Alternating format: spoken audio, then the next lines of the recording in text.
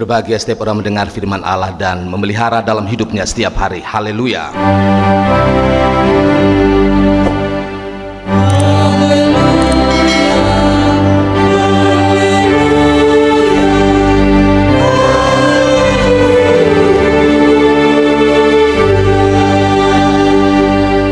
Jemaat dipersilakan duduk kembali.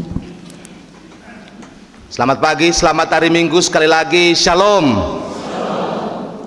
Mengembalikan harapan yang sirna. Laki-laki tua bernama Okonkwo di Afrika berkata kepada dirinya, bagaimana saya bisa hidup, bagaimana saya bisa memiliki harapan kalau tiap tahun saya menguburkan anak-anak saya tepat di depan mata biji saya. Tiap tahun satu-satu dikuburkan oleh Okonkwo sendiri sebagai bukti bahwa hidup itu begitu rapuh. Bagaimana saya bisa memiliki harapan kalau generasi yang seharusnya menopang saya adalah generasi yang sirna seperti debu hilang di depan mata biji saya. Ini salah satu uraian cerita dalam satu novel, salah satu novel terbaik dari 100 novel di dunia, Things Fall Apart. Cerita tentang Okonkwo yang hilang harapan. Saudara-saudara terkasih dalam Tuhan Yesus Kristus, tidak ada yang lebih membuat kehidupan tidak bisa berjalan dengan baik selain kehilangan harapan waktu kita masih hidup. Firman Tuhan mengatakan lebih baik anjing mati daripada orang kehilangan harapan. Karena kalau kita tidak punya harapan dalam hidup ini, hidup berhenti, maka lebih baik mengakhirinya dalam pikiran orang yang pesimis. Itulah mengapa dalam catatan Dr. Lukas hari ini kita berefleksi dengan sebuah tema yang menurut saya akan harus membangkitkan kembali iman dan harapan kita berdasarkan kisah kebaikan Yesus ketika ia membangkitkan seorang pemuda di kota Nain. Karena apa?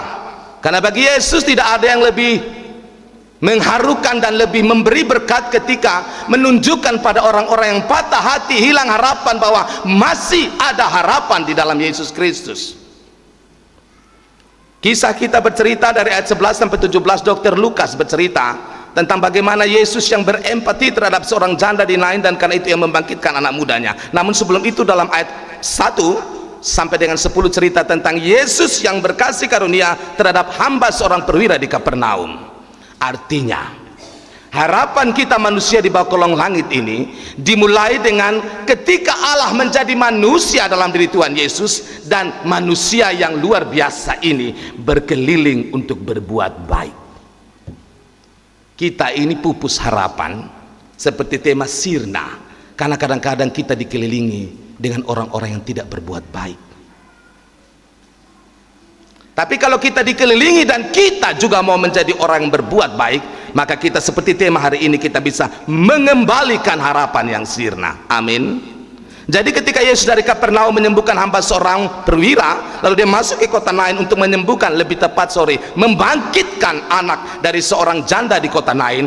Itu membuktikan bahwa Yesus punya kata-kata hebat, ajaib dan luar biasa, bahwa anak manusia datang untuk mencari dan menyelamatkan yang hilang, memberikan harapan bagi orang-orang yang pupus harapan, dan menunjukkan arti hidup yang sesungguhnya. Itu yang diperbuat oleh Yesus Kristus Tuhan kita. Dan fokus kita dalam catatan Dr. Lukas, khususnya Lukas 7:11-17 saat ini, bagaimana Yesus mengembalikan harapan yang sirna. Itu dimulai ketika ia memasuki kota Nain, lalu di situ ada orang banyak yang berbondong-bondong menyertai dia.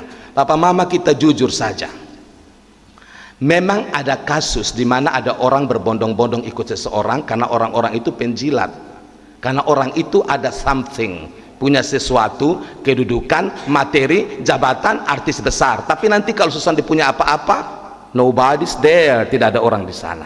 Jadi saya tidak bicara soal kasuistik ini, kecenderungan manusia yang ironi dalam hidup, tapi kita bicara soal realitas. Kenapa Yesus Kristus, seorang guru kampungan dari Nazaret yang kalau dilawan dengan guru-guru lain mungkin dia tidak terlalu dilihat, tapi kenapa Yesus itu berbondong-bondong orang ikut dia? Karena ada aura cinta kasih dalam diri Yesus. Amin.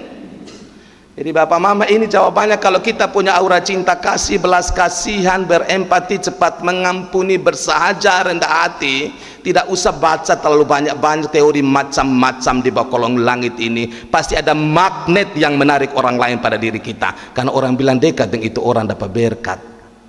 Itu orang kalau omong menyejukkan hati, kalau itu orang tegur dia mendewasakan, kalau itu orang ada dekat dengan kita bolong bawa omong, saya pegang kotong punya bau, sentuh kita punya bau, kita merasa hidup kembali. Karena itu orang dekat kepada orang berbuat baik, karena ada magnet yang menarik kebaikan itu dari dirinya kepada orang lain.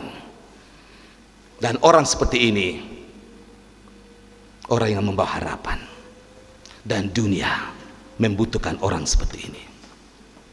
Dunia membutuhkan saudara dan saya menjadi seperti Yesus, yang kalau orang dekat dengan kita mereka merasakan beta punya hidup berubah, beta dapat harapan di bagian kehidupannya. Dia mengembalikan harapan yang sirna. Itu poin yang pertama.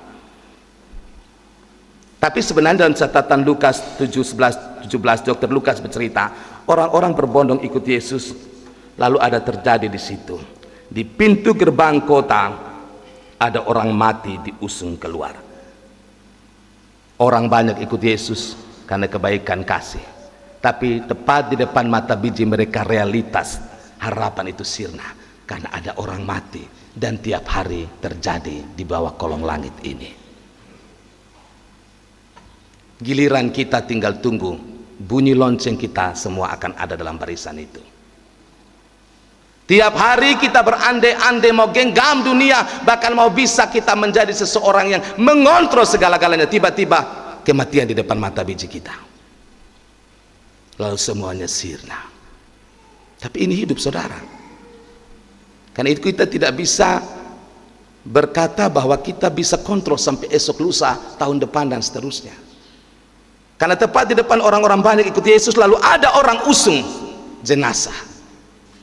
Bukankah tiap hari di dunia media sosial, dari orang muda sampai orang tua, kisah yang dalam hal ini wajar dalam tanda petik, orang-orang tua meninggal karena sakit, sampai ada yang bunuh diri, anak-anak muda di GKS bunuh diri, sampai sekretarisnya harus angkat topik itu, gejala bundir di GKS. Ini ada apa? Ini makasih tahu hidup ini rapuh. Kita ini terbatas. Harapan itu sekali-kali bisa sirna ditarik dari kita. Tepat di depan Yesus berjalan bersama orang banyak, orang usung jenazah, orang mati diusung keluar. Lalu realitas yang lebih mengerikan, sehingga tema ini dahsyat bagi saya. Anak laki-laki yang diusung keluar jenazah itu anak laki-laki. Bagi Israel, kalau sebuah keluarga tidak punya anak laki-laki, tidak dapat berkat.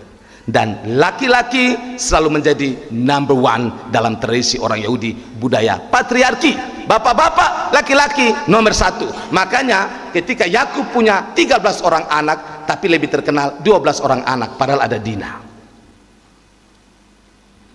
Ketika Yesus memberi makan 5.000 orang lebih, para penginjil menceritakan hanya laki-laki, tidak termasuk perempuan dan anak-anak.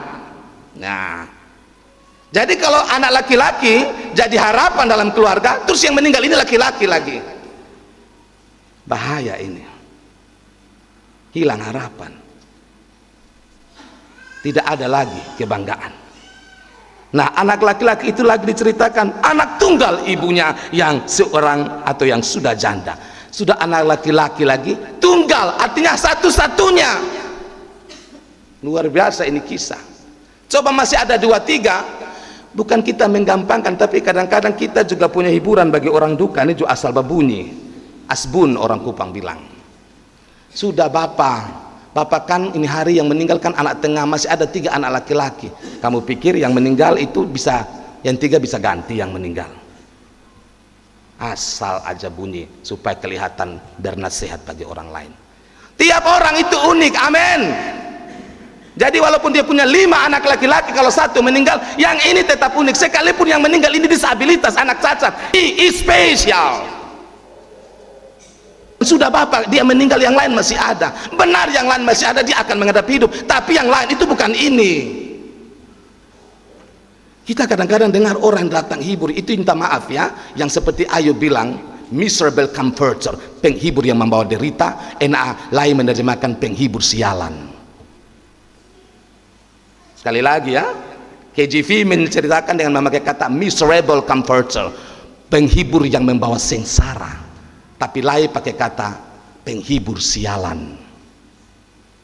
hibur tapi bawa sial dalam botol hidup. Makanya berhadapan dengan duka, sekali lagi lebih baik tidak usah banyak bicara, tidak usah membuka mulut omong ayat firman Tuhan, sok-sok nasihat, karena itu orang peluka tidak kita mengerti. Ada amin? Lebih baik kita diam dan menangis sama dia daripada kita bilang sudah bapak, sudah mama, ini kan kita kubur dia masih ada lagi 3-4 orang anak. Kok kamu pikir 3-4 orang anak ganti yang ini? Tiap anak itu spesial. Maka dalam kasus ini, dalam kasus di Nain, sudah anak laki-laki lagi, tunggal lagi, yang luar biasa sengsara. Ibunya sudah janda. Papa mama bisa bayangkan. Kita kalau baca dalam catatan Injil, jangan baca dan kita punya konteks sekarang. Kalau janda sekarang ada janda kembang, janda ini itu. Bukan janda zaman dulu. Zaman dulu itu langsung jadi janda, langsung disebut ini perempuan tidak benar, ini dia, ini bawa malapetaka. Lihat kisah Naomi, sampai Naomi bilang jangan panggil saya Naomi, panggil saya Mara, karena Tuhan buat yang pahit dengan saya. Suami saya diambil, Elimelek, Kilon dan Yahlon diambil, dan kita 3 janda tunggu di sini.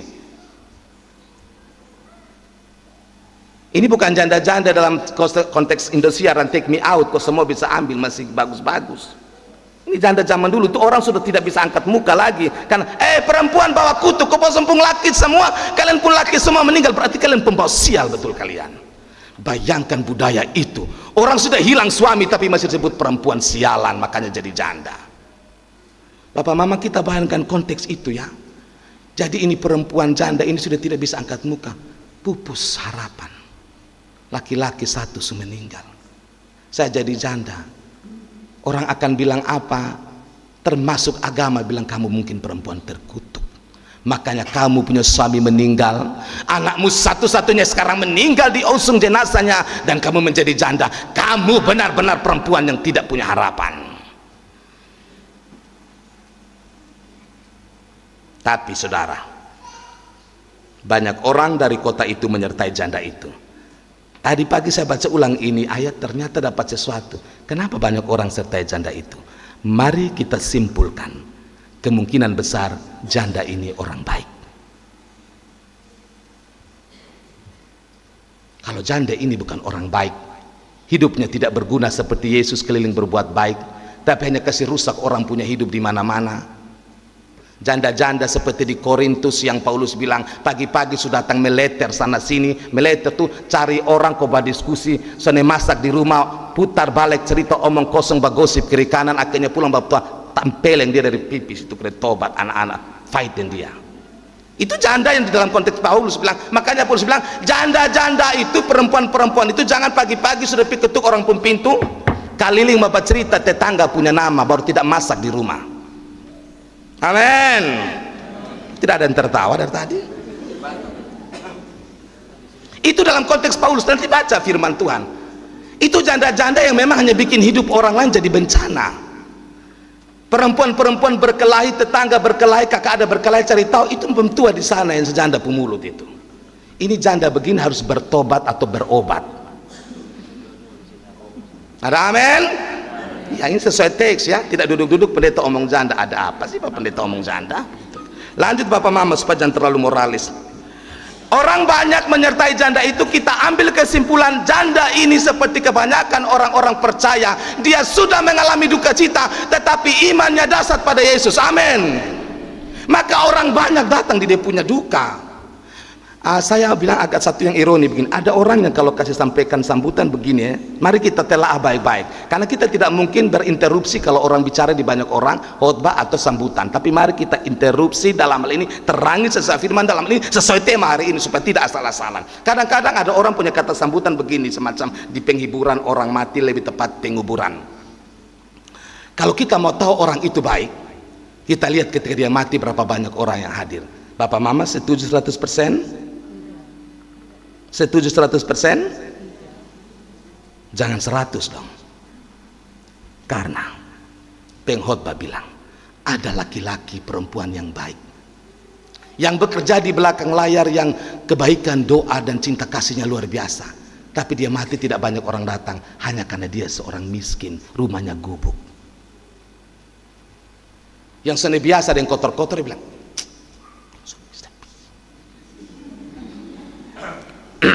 Apalagi pas orang sedia makan, sudah bisa mual. Halo, orang sedikit-sedikit saja, sedikit. Padahal kau tahu waktu hidup dia orang baik, hanya karena dia tidak kaya, hanya karena dia punya gubuk kecil. Ini realitas hidup. Jadi tidak semua orang yang ketika mati orang berbondong-bondong itu dalam tanda petik orang baik. Bisa ya, bisa juga ya, hanya Tuhan yang tahu. Tapi ada orang yang baik luar biasa, tapi ekonominya lemah, rumahnya tuh kalau hujan datang air masuk di situ, dan dia terkenal baik. Tapi karena orang kecil, soalnya banyak orang yang datang, bahkan orang pikir dia punya nama, oh, yang mana, yang di mana, dia pikir hanya baju gantung di situ. Ini kenyataan. Maka saya pikir tidak 100% lah dinilai orang mati berapa banyak orang. Penjahat-penjahat kaliber dunia yang dimumikasikan, jenazahnya pengikutnya ribuan orang, itu orang baik. Hitler, Stalin. Jadi kalau kita kasih kata-kata satu, pikir baik-baik. Jangan ukur orang punya hari mati dengan berapa ribu orang yang datang. Para martir berkorban bagi Tuhan, tidak ada orang yang datang. Singa makan sampai tulang dong hancur semua, tidak ada orang datang mendoakan mereka. Di saat Covid banyak orang baik, pemimpin-pemimpin gereja yang baik meninggal, tidak ada orang juga yang datang karena situasi. Berarti tidak otomatis kita ukur orang punya kematian itu kalau banyak orang hadir berarti orangnya baik. Bisa ya, tetapi juga ya itu karena penghormatan. Tapi menurut saya, kalau dalam konteks Yahudi, sudah janda, anak tunggalnya mati, terus banyak orang hadir, sudah pasti karena konteks waktu itu yang melecehkan janda, pasti dia orang baik. Makanya banyak orang tetap hadir. Kita dapat kesimpulan, pasti dia orang baik. Perempuan ini pasti orang baik. Makanya ketika anaknya yang tunggal meninggal, laki-laki itu meninggal, anaknya itu, banyak orang menyertai janda itu. Menyertai artinya pasti mereka datang dengan hati doa dan cinta kasih. Ingat, kasihan janda ini. Itu saudara. Lalu sikap Yesus untuk mengembalikan harapan, dia tergerak hati oleh belas kasihan, lalu berkata jangan menangis. Ini luar biasa. Dokter Lukas kasih tahu, bisa saja orang banyak yang hadir, bisa ya, melayat atau menyertai janda itu. Bisa saja ada beberapa orang hanya datang ikut rame, atau bisa saja datang dan mulai cerita, ih kasihan ya janda itu. Bisa saja, tapi mereka tidak tergerak oleh belas kasihan. Bisa saja orang banyak yang menyertai usungan jenazah dan bersama janda itu adalah orang-orang yang hanya datang ikut-ikutan karena ada kematian di sana, tapi mereka tidak punya hati empati pada janda ini. Tetapi harapan yang sirna itu dikembalikan oleh Yesus ketika ia tergerak oleh belas kasihan. Dan inilah potong punya Allah yang jadi manusia. Yesus lihat orang pun susah, dia tergerak oleh belas kasihan. Yesus tidak pernah pandang enteng potong punya duka. Benar, Yesus tidak pernah merendahkan duka Bapak, Mama dan saya.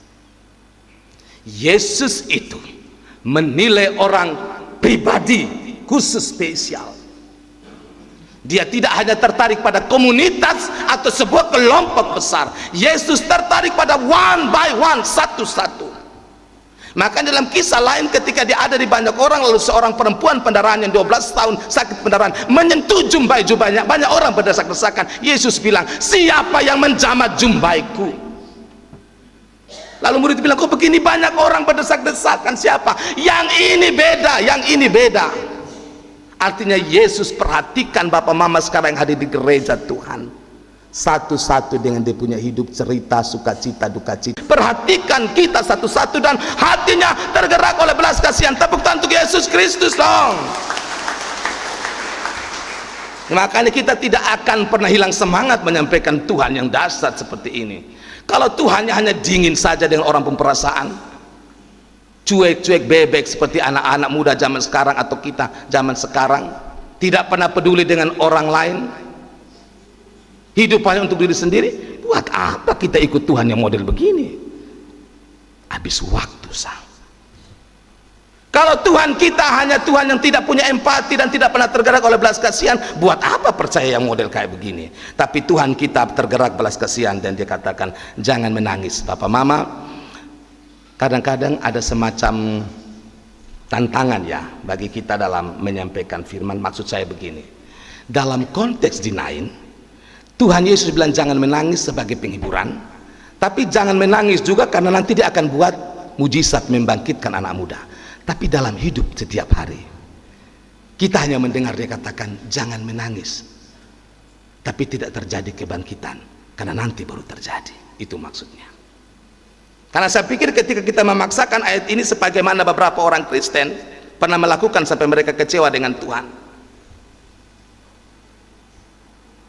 Ketika orang meninggal itu ada di depan mereka, mereka sampai berdoa, berpuasa dan seterusnya, kalau boleh dia bangkit Tuhan. Tapi itu tidak terjadi.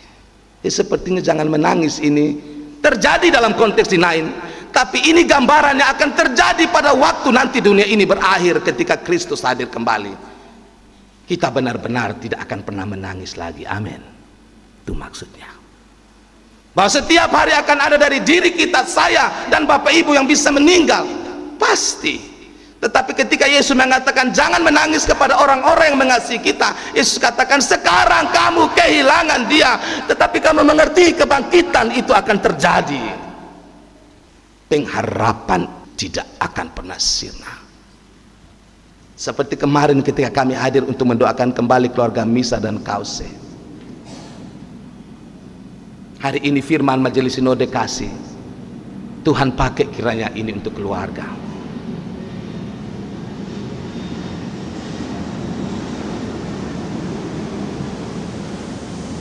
Jangan menangis. Tapi kalaupun mau menangis, sandarkan kepalamu di bahu Yesus. Dia tidak menolak. Jangan menangis. Believe. Tapi jika kamu ingin menangis, pegang tangannya dan tangislah keras-keras di depan Kristus. Karena dia tergerak oleh belas kasihan. Dia bukan manusia, bukan keluarga, bukan saudara dan sahabat yang kadang-kadang pandang rendah kita punya derita. No, dia Tuhan. Dia menciptakan kita sebagai gambaran dia. Dan ketika gambar itu rusak dan hancur karena kematian, dia mengatakan jangan menangis karena dia mengerti hati dan diri kita.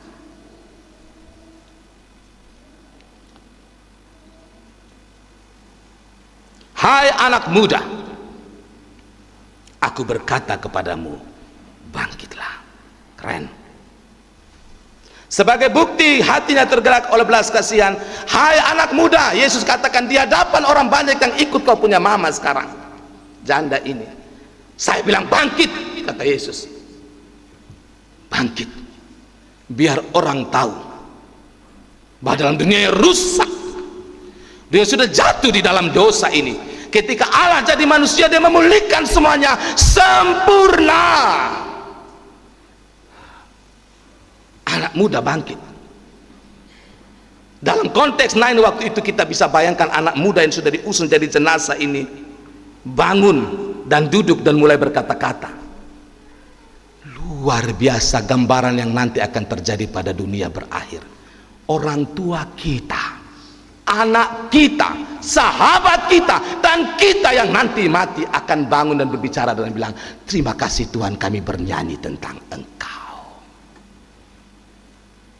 Dalam konteks janda ini, ketika anaknya bangun kembali, ini Injil kan bukan novel, jadi tidak bisa cerita panjang lebar tetek bengek orang punya perasaan, tapi kita bisa mendapatkan kesimpulan entah apa yang dikatakan ibunya, entah apa yang dia cara melihat Yesus. Tapi saya bayangkan ini ibu diliputi kegembiraan yang dahsyat. Mengapa? Tuhan satu waktu nanti kau digantung di kayu salib. Dan sebelum kau mati, Tuhan kita Yesus bilang dengan Maria, Maria, inilah anakmu. Mungkinkah itu sebagai tanda cinta Yesus pada keluarganya? Yes. Karena di Nain pun dia bilang dengan ini janda, Anak muda bangkit, biar mamamu lihat kau sekarang. Dalam konteks lain dia benar-benar bangkit. Mari dalam konteks kita, karena ini tidak akan terjadi dan jarang terjadi. Kenapa Tuhan Yesus kasih bangkit anak muda? Papa mama, sebelum saya ngomong ini, boleh tepuk tangan kasih kita anak-anak muda dulu. Tepuk tangan yang kuat. Yes, papa mama tepuk tangan kasih anak-anak muda dulu. Mengapa saya bilang tepuk tangan? Begini ya, kadang kita menilai seseorang dari dia punya usia. Muda, baru bau kencur, tidak punya pengalaman, tidak bisa ini itu naturally umumnya.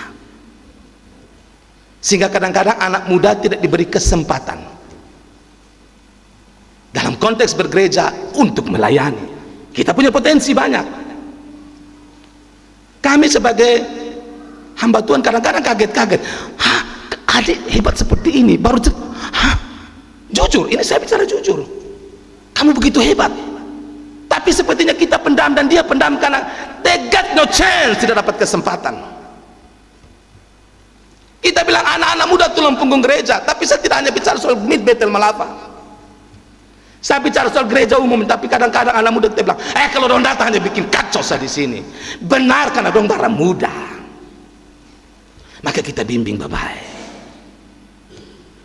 Anak muda itu kan idealisme, jadi kasih tengah ide. Tapi kalau ide mereka keluar, kakak taruh di sini, jangan terlalu, nanti kakak kurang bagus perkembangannya.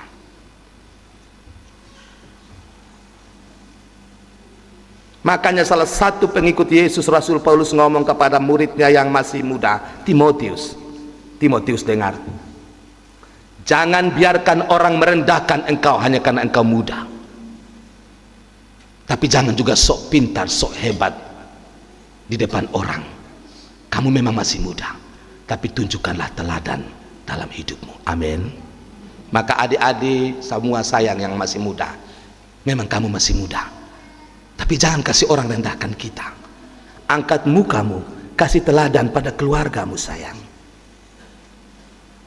Tidak usah berceloteh di depan papa mamamu, karena mereka juga capek dengan beban hidup. Tapi kasih tunjuk kau hargai masa mudamu. Kasih tunjuk pada gerejamu, di sini kamu ada sayang, supaya orang jangan stereotip bilang orang muda itu bikin apa sedong. Jangan. Yesus dalam konteks lain, anak muda bangkitlah, Tuhan membutuhkanmu sayang, gereja membutuhkanmu, keluargamu membutuhkanmu. Dan maaf dalam iman, jangan sampai bunuh diri sayang. Kami butuh kalian orang-orang muda yang hebat. Tepuk tangan dong untuk orang-orang muda. Jangan, hidupmu masih panjang, sehebat apapun orang tua kita hormati, harus. Itu yang Paulus bilang pada Timotius, lu rasul, tapi lu jangan omong mentang-mentang pada orang tua ya. Dan maaf sebagai pribadi, karena saya biasa katakan itu di teman-teman calon pendeta, biar potong STH, biar potong punya titel jadi pendeta, biar potong punya tua hanya tamat SD, jangan dia penama, jangan rendahkan dia. Atau hanya karena dia punya kehidupan keluarga ekonomi begini, kita tidak boleh. Anak muda tidak boleh sayang, karena one day, satu hari kamu juga akan tua. Jangan. Tapi orang tua tolong hormati anak-anak muda lah.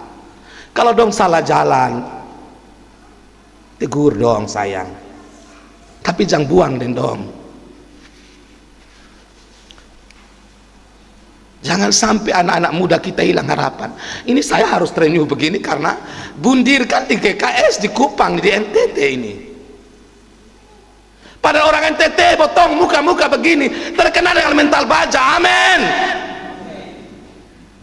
Kenapa akhir-akhir ini seperti ini? Agak keluar sedikit ya, tapi saya harus ngomong. Mungkinkah kami gereja tidak melakukan tugas dengan baik, dan papa mama pun tidak, dalam hal mendampingi orang-orang muda? Cukup di sini. Maka jangan bicara siapapun, jangan bicara apapun, tapi bicaralah bahwa Yesus dalam pandangannya kepada pemuda di Nain, Bangkit, karena lu itu harapan. Saya ingin orang-orang muda nanti pulang dan lihat wajahmu di cermin. Yang anak-anak muda, lihat wajahmu di cermin. Berhenti jadi orang yang baper dan rendah diri dan tidak bisa buat apa-apa dalam hidup ini. Bukan kamu saja yang punya masalah, sayang. Semua kita punya masalah. Tuhan butuh masa mudamu. Karena sehebat apapun orang tua, idenya keren, tapi tenaganya terbatas. Ada amin? Ingat, idenya keren, jadi hormati orang tua, tapi tenaganya terbatas. Kita omong yang harus saling menghargai. Kita muda biar hebat juga, harus hargai ketemu papa mama. Tapi sayang dong, orang tua juga jangan terlalu melecehkan orang muda. Jadi kotong sama-sama berhargai begitu. Lalu orang muda itu bangun dan duduk dan mulai berkata-kata, dan 15b, Yesus menyerahkannya kepada ibunya. Maksudnya apa ya? Ketika pemuda itu bangun dan berkata-kata, Yesus menyerahkannya kepada ibunya. Yesus mau bilang begini, kamu sudah bangkit, mulailah bertanggung jawab dengan ibumu. Tanggung jawab. Kalau saya boleh tafsir yang agak salah, kan kotong sana dikasih tahu pemuda ini penghidup seperti apa toh? Mungkinkah pemuda ini pemuda yang dulu tidak pernah tanggung jawab dengan orang tua, sehingga bisa saja dia adalah pemuda yang buat mama sakit hati? Mungkinkah? Kan sampai ke kata mungkin, karena Injil tidak jelaskan siapa pemuda ini. Atau mungkinkah yang terbalik, yang lebih positif, pemuda ini punya mimpi yang besar seperti anak-anak kita yang kita kasih kuliah, besok mau wisuda, tapi 3 hari sebelumnya pulang meninggal. Maka Tuhan bilang, beta kasih kesempatan lu untuk kembali peluk ibu, back to your mother, dan tunjukkan bahwa kau mencintai dia. Kembali, mama ini lupa anak. Karena jangan jadi orang yang berlaku baik di luar sana, tapi tidak dengan orang di dalam rumah sendiri. Mama ini lupa anak. Kita bangga dengan anak-anak muda yang kita lihat ada jabatan, ganteng-ganteng, cantik-cantik, kalau keluar tuh menyala bagus, tapi waktu di rumah dia bantu dia orang tua, anak laki-laki tapi hidup seperti perempuan, bantu dia mama kerja. Hei kakak pun hidup terlalu keren kakak. Dia di kampus dia orang hebat, di sekolah di kantor orang hebat, tapi di rumah dia bantu dia bapak mama, dia kerja, karena tidak ada pembantu dia kerja sama kayak babu di rumah. Weh kakak keren.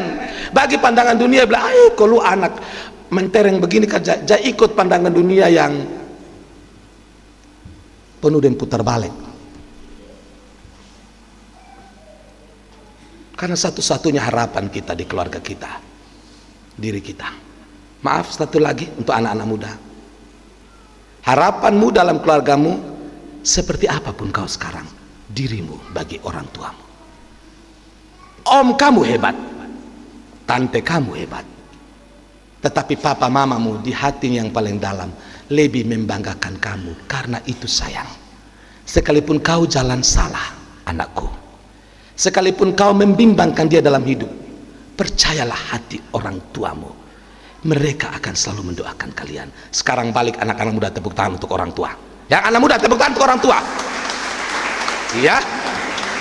Seperti apapun mamamu mau marah kamu, mau ngomel kamu, bapakmu mau bikinin itu, percaya hatinya.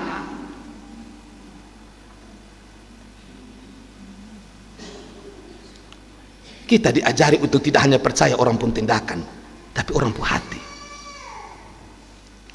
Lalu dengan mujizat itu saudara, bagian terakhir, orang banyak bilang nabi besar telah hadir, Allah telah melawat umatnya. Saudara lihat, harapan itu tadi Tuhan buat pada janda itu dan anaknya. Sekarang harapan itu seperti virus baik yang merasuk semua orang di Nain, lalu mereka bilang begini, di tengah-tengah mereka bilang begini, memuliakan Allah. Seorang nabi besar telah muncul di tengah kita, lalu mereka tambah, Allah telah melawat umatnya. Ini poin terakhir. Artinya apa? Kalau kita dapat kebaikan, orang lain juga akan terima, dia punya rema-rema. Papa mama jangan pikir yang Bapak mama buat kecil dalam hidup Bapak mama. Banyak orang terberkati dengan hidup kita. Saya baru sadar akhir-akhir ini, makanya sering terenyuh kalau khotbah. Mungkin karena kondisi fisik ya. Maksudnya karena merasa Tuhan pun baik dan beta model begini nih. Terlalu dahsyat. Itulah. Kadang-kadang kita tidak kenal, ada hanya mungkin kebetulan mungkin nonton khotbah kita di YouTube, dengar kita khotbah satu kali mungkin di Amarasi, di Molafa terkasih. Ada orang yang tidak kenal, Pak Pendeta dulu pada khotbah ini saya terberkati, ada sampai nangis gini gitu. Menurut kita Oksan saya hanya berkhotbah, tapi roh Tuhan pakai, saudara. Itu contoh. Seseorang pernah bilang begini, ada orang yang itu malam dia berdoa begini, Tuhan, kalau beta keluar besok sana ada orang senyum dan beta bunuh diri. Tiba-tiba keluar yang senyum tuh bapak mama senyum dan dia, oh dia tidak jadi bunuh diri. Kita pikir itu hal kecil, itu menjadi luar biasa. Allah telah melawat umatnya. Jadi hari ini mari kasih tahu seperti Ibu Teresa bilang, do small things with a great love. Lakukan hal kecil dengan cinta yang besar. Yang kita buat mungkin hanya tolong orang punya anak di tengah jalan sana karena anak-anak lain pukul dia, siapa yang sudah buat dia? Waktu lu tolong dia dan lu bilang, kakak jalan, beta ada di sini. Kakak Nyong, kau tidak tahu apa yang kakak Nyong buat, tapi ini anak akan rekam di alam bawah sadar. Ada seorang perwakilan Kristus yang tolong beta waktu beta dibully di tengah jalan, dan yang kamu buat itu dahsyat luar biasa. Waktu tolong orang di jalan, waktu kasih sekolah orang punya anak, waktu ini itu bapak mama catat semualah kebaikan kita. Kita pikir itu hanya terjadi antara kita dengan dia, tidak, dunia lagi lihat kita. Waktu saya mau mutasi dari Ponain, maaf saya cerita ini ya.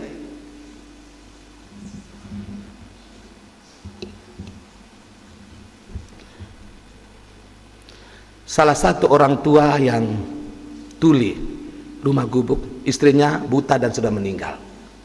Waktu itu kan antarnya mau jam 2, tapi saya masih diminta pimpin pembukaan sidang klasis oleh ketua, jadi saya terlambat karena harus pimpin, minta Pak Pendeta pimpin terakhir. Yang saya masuk ke hati sampai firman seperti bicara banyak. Mbak I ini sudah datang dari jam 8 lewat. Padahal nanti jam 2 baru antar. Dia om dalam bahasa daerah. Kenapa dia datang? Bapak pergi rumah begitu bapak pelodeng, beta besok mandi dari kebun. Beta kan biasa hal itu bagi saya. Dia kan anak Tuhan. Jangan sok-sok rasa diri terlalu hebat dong. Jadi saya peluk dia karena memang dia anak Tuhan. Sama dengan saya juga anak Tuhan. Hanya beda karena Tuhan kasih kesempatan lu kuliah jadi pendeta. Jangan terlebih dalam hidup, amin. Dia datang ke rumah yang pendek itu, saya masuk dan saya tanpa basa-basi peluk dia. Dia baru pulang dari kebun, dia bilang baunya asam ini itu, tapi saya peluk, tiba-tiba itu jadi cerita iman bagi dia.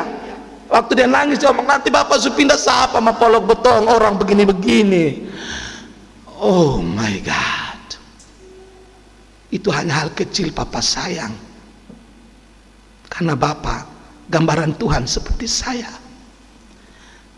Tapi bagi bapak kok itu besar sekali. Makanya saya pikir begini, sayang semua, mari buat baik. Kotong sendiri pernah tahu siapa yang tersentuh dengan perbuatan baik kita? Never know.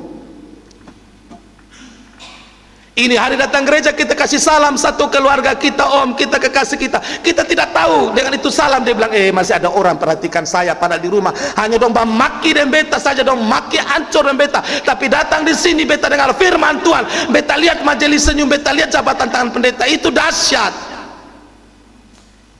Karena kita terlalu berpikir yang wow, kita lupa hal kecil kita lakukan bermuara besar. Yesus membangkitkan pemuda di Nain, itu terjadi antara dia dan janda itu dan pemuda itu. Tapi lihat orang banyak bilang nabi besar telah hadir, Allah telah melawat umatnya. Dan kita percaya kehidupan bapak mama yang bergairah dan berbuah akan membuat orang bilang nabi besar telah hadir, Allah melawat umatnya, karena kita lihat dalam diri orang itu. Amin. Maka harapan itu tidak akan sirna selama kita percaya pada Tuhan. Harapan itu tidak akan sirna selama kita dalam kesusahan tekanan hidup pun tidak menjadi orang mengasihani diri, keluar dan berbuat baik. Harapan itu tidak akan pernah sirna kalau Bapak, Mama, dan saya melihat duka cita orang lain sebagai bagian diri kita, dan luka orang-orang muda, orang tua sebagai luka kita. Ketika kita menempatkan diri kita seperti Yesus yang tergerak oleh belas kasihan, disitulah harapan itu tidak akan pernah sirna. Amin. Tuhan berkati. Amin.